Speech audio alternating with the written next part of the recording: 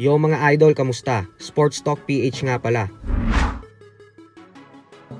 Ang update sa mga pambato natin. Pag-usapan natin yan mga idol. Ngunit bago ang lahat ay huwag kakalimutang mag-subscribe at i-click ang notification bell button for more sports talk. So napakadaming Pinoy boxing fans nga po ang nanggagalaiti sa galit ngayon ang dahil sa ginawang pag-iwas ng current WBO Super Featherweight Champion Emmanuel Navarrete sa rematch kontra sa ating pambato na si Charlie Suarez. Ito po ay dahil imbis na makipag-rematch si Navarrete kay Suarez, ay mas pinili nitong labanan ang current IBF Super Featherweight Champion na si Eduardo Nunez para sa isang unification fight sa unang bahagi ng susunod na taon. Hindi po talaga ito patas para kay Suarez, dahil alam naman nating lahat na sa una pa lang ay dapat siya na ang kampiyon ngayon. Gawa ng malinaw na suntok ang dahilan kung bakit nabitak ang kilay ni Navarrete sa naging bakbakan nila at hindi headbutt. Tapos ngayon ay iniwasan pa siya ni Navarrete. Ganun pa man ay tila napaganda pa nga po ang ginawang ito ni Navarrete kay Suarez. Dahil ayon sa latest update na inilabas ni Suarez sa kanyang official Facebook page kanina lamang, ay opisyal na umanong dineklara ng California State Athletic Commission na no contest ang Navarrete versus Suarez.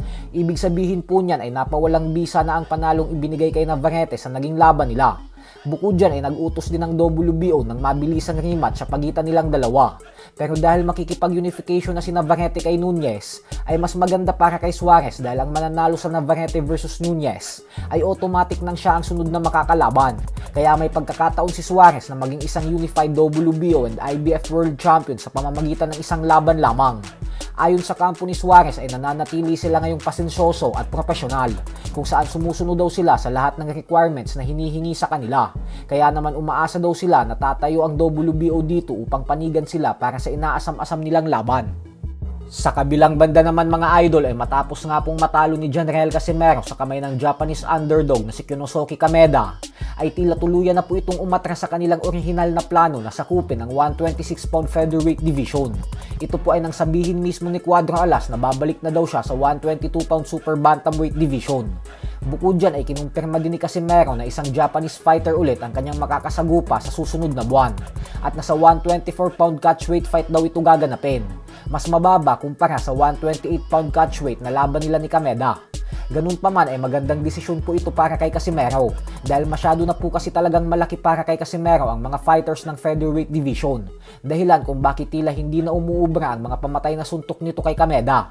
Ang pinaka-perpekto po talaga para kay Casimero at sa lakas ng kamao niya ay ang 118-pound bantamweight at 122-pound super bantamweight division.